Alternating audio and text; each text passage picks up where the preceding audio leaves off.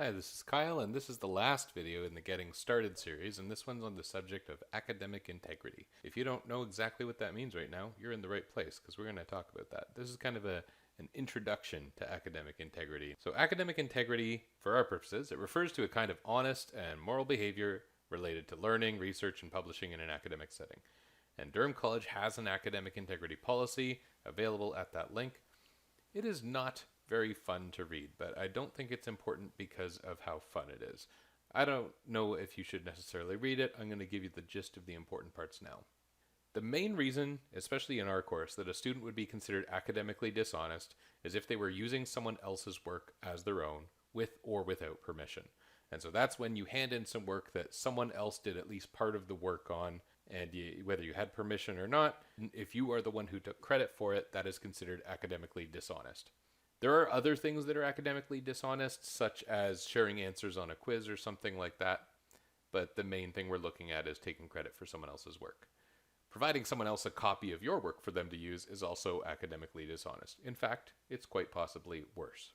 I'm just going to cover this. This isn't meant to be the point of the video, but it is the most commonly asked question that students have, so I'm going to cover it just to answer you off. And so there's an escalation policy related to academic integrity incidents.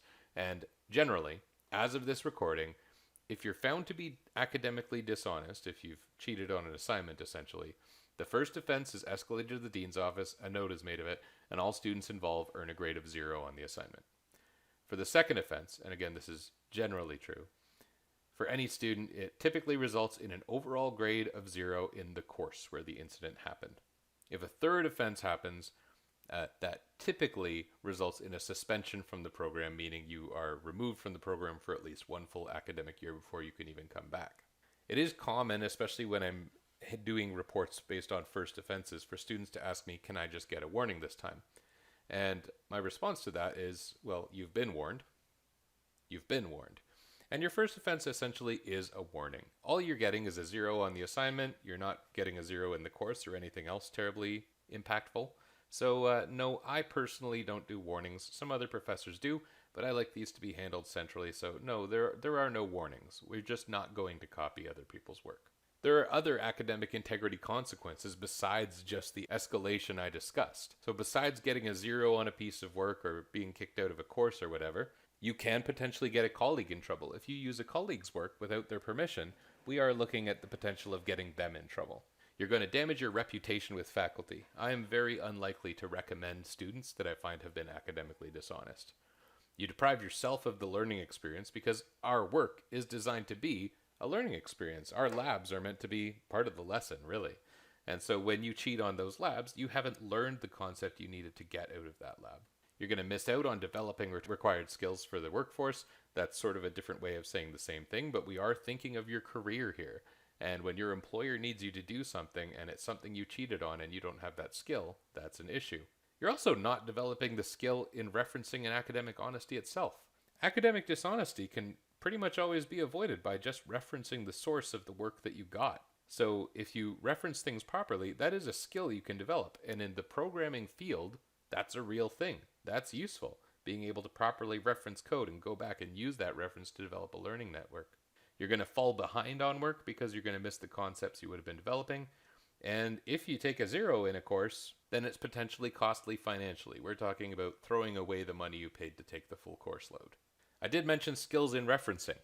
So using coding resources like Stack Overflow, dev.to, any number of possible GitHub repositories, there's tons of blogs, there's tons of tutorial sites. It's a very normal thing to use those resources in the programming industry. However, it's always good practice to reference any borrowed code. This means if that code doesn't work, you could go to the source and see the potential fixes.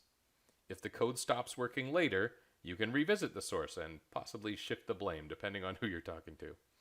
It does build your professional learning community, especially if you're using a site like Stack Overflow and you find you're using the code from the same people again and again. You're going to recognize that those are the people you want to use as your resource for building your skills. And the other thing is not referencing code from an outside source may get your employer in costly legal trouble. Now this sounds weird, like if you went to Stack Overflow and you found a question and the answer to that question solved your question and you just copied that verbatim into your code without referencing it, And then later on, your employer gets a lawsuit based on that. And you say, but I just took it from a completely open web page. And this other company is saying, no, no, you stole our corporate secrets. And you say, no, no, it was free. It was available. Well, you better be able to prove that, because corporate espionage is a real thing. Now, in terms of referencing style and how one references code, our program team, including the Prog 1205 faculty, as of right now at least, we haven't agreed on a particular standard for referencing code written by others. Most of us are going to be okay with you just writing a comment in your code that includes a URL and the author's username if available. That's a nice touch. Just identify where you got that code. Check with your professor if you're very concerned about how you've referred to other code you've got.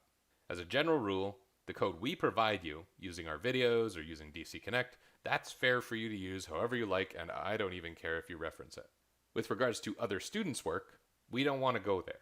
Don't take other students' work. And much more importantly, don't give your work away to anyone, even if they say they won't use it. They always do. Maybe not every single instance, but I can tell you that it happens to me every semester. And I often start the semester by telling my students, statistically, one person in this class is a scumbag. Remember that. You don't know who the scumbag is. The best thing you can do to avoid academic integrity problems is not giving your work away. And if everyone did that, we would drastically reduce the number of issues we have. With regards to trying to disguise someone else's work, there are a lot of ways to do that, and most professors know those techniques because we've been immersed in this for a while. And what we find is when people try really hard to cheat and use someone else's work and hide it for some reason, we're like, the effort they went to hide this is remarkable. They could have done such good work and learned so much if they just did the work instead of trying to plagiarize. I would encourage you to spend your time on the work rather than trying to not do the work. And I think you'll find it brings you a better balance of time. And if you're in a desperate situation where you're considering plagiarizing to get the work done, I think you should contact your professor and politely explain the situation instead. I can't speak for every Prog 1205 professor, but I will tell you that I would rather, if you're in a desperate situation, I would give you an extension and give you a couple hours of my time, one-to-one, to get you back on track and understanding the work, rather than see you plagiarize. If you're in a bad situation and plagiarism seems like the only way out, I promise you it isn't, and what you need to do is talk to someone. As of this recording, there is actually an academic integrity assignment associated with Prog 1205, and it's wide open, so it should be available at the start of the course, and you just have to complete it by about halfway through the semester, but check the due date on that. My feeling is that you may as well do it now, because you don't have a lot of assignments and the stress level's lower. It's not a hard assignment, you just have to prove that you know about academic integrity. So sign up for the SALS Academic Integrity course, and you screenshot proof of completion when you're done. Then you have to submit that proof of completion to DC Connect in our course. So this is the same thing again. Don't take other people's work. Maybe more importantly, don't give away your work. Reference any code you use that is written by others, and consider doing that academic integrity assignment. Some things you should know that come out of here, maybe you can name at least 2 bad things that happen every time you copy someone's work. If you're using code we found on the internet, why is it useful to you to reference that code? Thanks.